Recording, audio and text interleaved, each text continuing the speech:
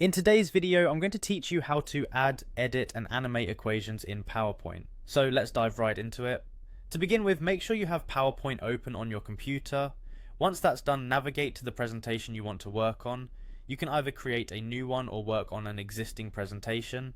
Now that you're in your presentation, you'll want to head over to the Insert tab located on the top ribbon of your PowerPoint window.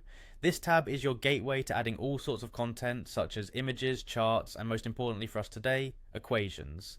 Once you're in the Insert tab, look for the equation option. You'll usually find this in the symbols group on the right side.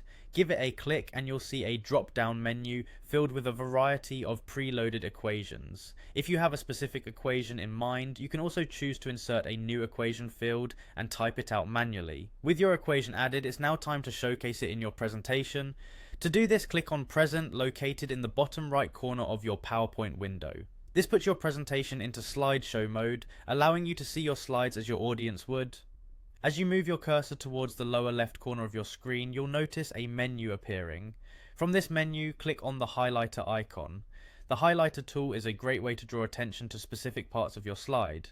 For our purposes, we're going to use it to emphasize the equation we've just added. With the highlighter active, draw over the parts of the equation you want to highlight. This will make it more engaging and visually interesting for your audience. Now, when you're satisfied with your highlighting, it's time to wrap up this session of your presentation. Simply press the Escape key on your keyboard to exit the slideshow mode. After exiting, PowerPoint will prompt you with an option to keep your annotations. Make sure to select Keep. This is crucial because it transforms your highlight into a separate element that you can animate.